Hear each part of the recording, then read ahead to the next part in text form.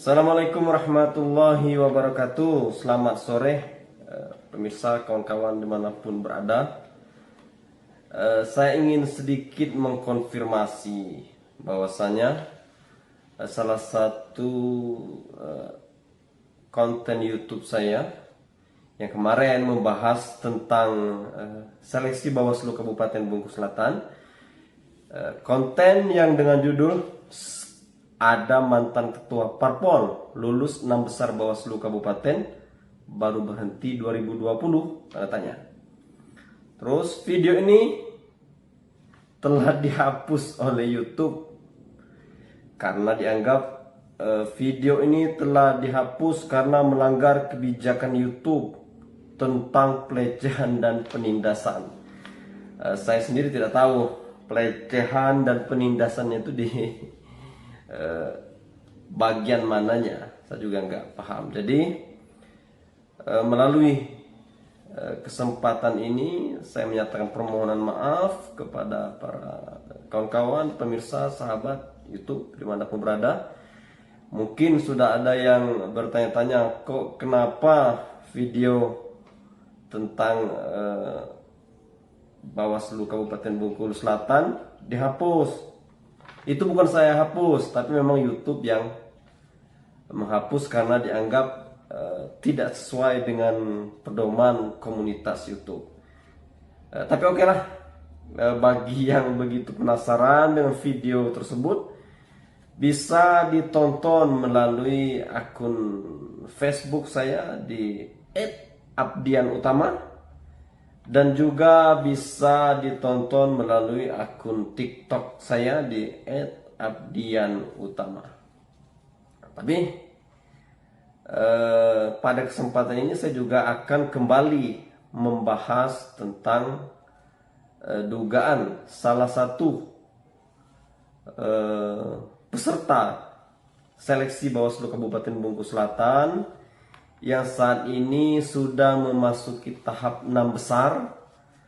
Mungkin dalam beberapa hari ke depan akan diumumkan oleh Bawaslu RI nama-nama 3 orang yang dinyatakan lulus dan terpilih sebagai anggota komisioner Bawaslu Badan Pengawas Pemilu Kabupaten Bungkulu Selatan periode 2023-2028. Jadi pemirsa, berdasarkan penelusuran yang kami dapati dan juga telah melakukan cross check ke Sekretariat Partai Karya Kabupaten Bungkulu Selatan bahwa ada salah satu nama yang mirip dengan nama peserta seleksi Bawaslu Kabupaten Bungkulu Selatan yang telah masuk di 6 besar, pernah menjadi anggota, pernah menjadi kader, bahkan pernah menjadi ketua Dewan Pimpinan Cabang Partai Berkarya Kecamatan Bunga Mas periode tahun 2016-2021. Peserta tersebut yakni atas nama, mirip dengan namanya ya, maksud kami mirip dengan nama salah satu peserta yakni atas nama Indar Mawan. Kita juga publik tentunya merasa bertanya-tanya, kok bisa ya salah seorang mantan ketua partai politik di tingkat kecamatan periode 2016-2021 tapi lulus berbagai tahapan di seleksi Bawaslu. Pertama itu kan tes tes tertulis, tes CAT, terus masuk ke tes selanjutnya sampai ke 12 besar, di 12 besar ke 6 besar, 6 besar nanti ke 3 besar. Di 6 besar ini orang yang diduga pernah menjadi ketua partai politik, menjadi anggota partai politik, pengurus periode 2016-2021, patut kita duga ya belum 5 tahun berhenti atau mengundurkan diri dari keanggotaan partai politik, tapi bisa lulus menjadi 6 besar kandidat Bawaslu Kabupaten. Apakah memang ada dugaan kecurangan di sini? Kita tidak berharap gitu tentunya. Kita berharap dan masih optimis bahwasanya pihak-pihak terkait dan tim seleksi masih kredibel dan sesuai dengan hasil penilaian yang ada terhadap proses seleksi anggota Bawaslu Kabupaten Bungkus Selatan 2023-2028. Namun dari hasil penelusuran kita di lapangan, saya sudah cross check ke sekretariat Partai Berkarya Kabupaten Bungkus Selatan bahwa nama yang mirip dengan calon anggota Bawaslu Kabupaten Bungkus Selatan yaitu Indar Mawan memang benar adanya pernah menjadi anggota Partai Berkarya. Dibuktikan dengan surat atau formulir permohonan menjadi anggota partai politik Partai Berkarya. Terus juga kita lihat ada beberapa dokumen kepengurusan, dokumen surat keberadaan sekretariat Partai Berkarya di Kecamatan Bunga Mas di Desa Tanjung Tebak. Yang pertama, surat keterangan keberadaan sekretariat partai tersebut ditandatangani oleh kepala desa, dan yang kedua juga ada yang ditandatangani oleh camat Bunga Mas kala itu, yang menyatakan bahwa ketua selaku penanggung jawab Partai Berkarya, sekretariat keberadaan Partai Berkarya Kecamatan Bunga Mas atas nama Indar Mawan selaku ketua DPC Partai Berkarya Kecamatan Bunga Mas Kabupaten Bungkus Selatan. Lantas kita cross check lagi berdasarkan SK kepengurusan, komposisi formasi kepengurusan DPC Partai Berkarya Kecamatan Bunga Mas periode 2016-2021 yang dikeluarkan oleh DPW Partai Berkarya yang ditandatangani oleh Bapak Ketua Partai Berkarya kala itu, Pak Azwar Burhan, dan Sekretaris Razianova Gafur. Di sana menyebutkan bahwasanya saudara Indar Mawan benar tercatat, ya, kalau dari dokumen yang kita lihat, benar tercatat sebagai ketua DPC Partai Berkarya Kecamatan Bunga Mas periode 2016-2021. Terus berdasarkan data yang kita dapat terhadap form dan beberapa file screenshot dari data penyelenggara pemilu di 2019 lalu maksud kami. Terus pada tahun 2018 itu terjadi verifikasi faktual terhadap nama-nama anggota partai politik Partai Berkarya. Di Kecamatan Bunga Mas muncul nama Indar Mawan.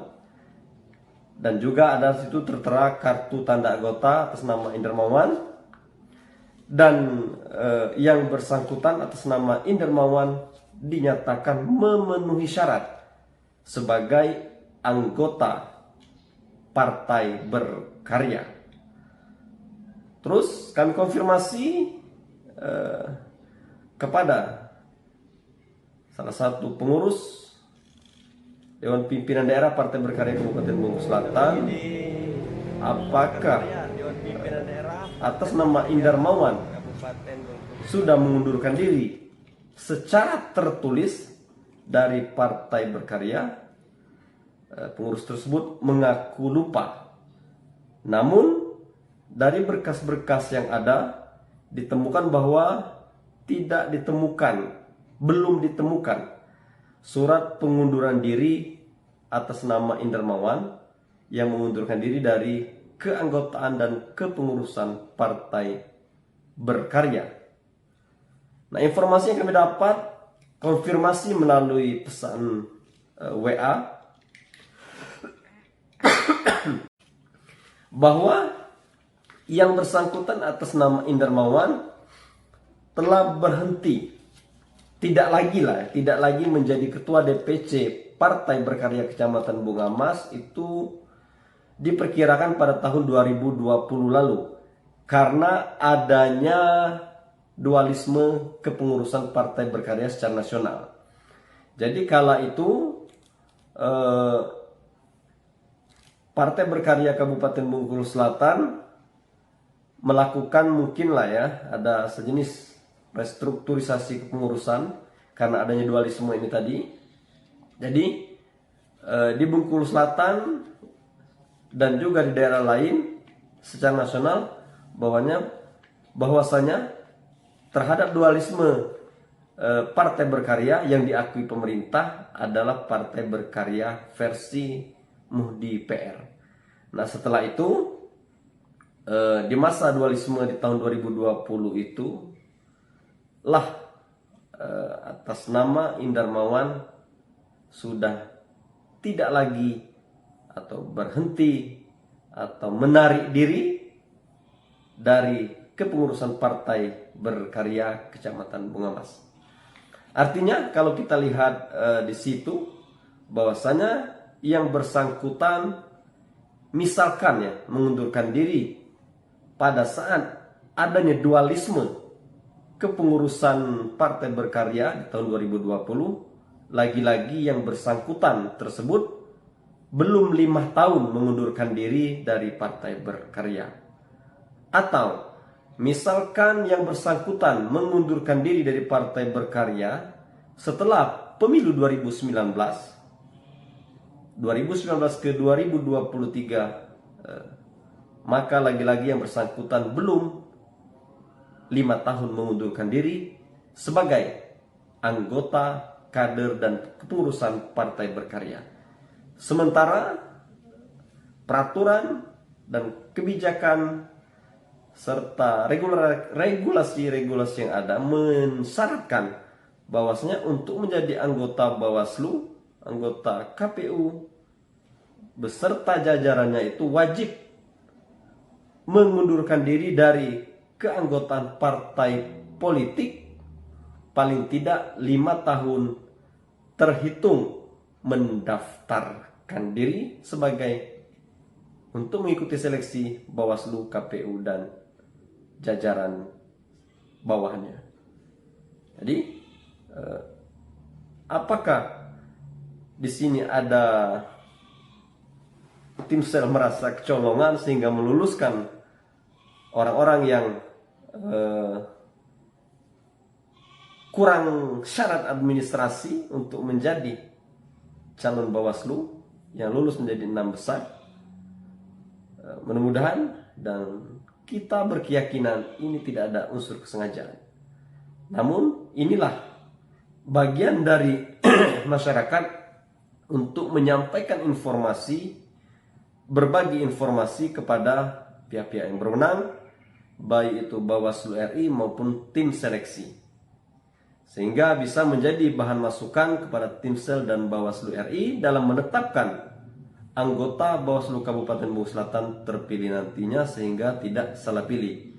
Masalah ini benar salahnya silakan pihak-pihak yang berwenang untuk mengkonfirmasi kepada yang bersangkutan, termasuk juga kepada pengurus DPD Partai Berkarya Kabupaten Bengkulu Selatan, atau juga termasuk saya jika dianggap perlu siap memberikan keterangan kepada Bawaslu dan pihak tim seleksi Bawaslu Kabupaten Bengkulu Selatan.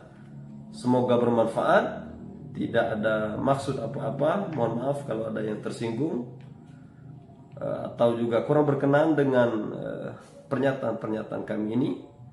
Tidak ada unsur untuk mencari-cari kesalahan ataupun untuk menjatuhkan seseorang, tapi inilah bagian dari partisipasi masyarakat dalam mengawal dan berpartisipasi dalam mewujudkan penyelenggara pemilu yang kompeten, kredibel, dan tentunya dalam ikut menyukseskan pemilu 2024 yang sesuai dengan harapan kita semua.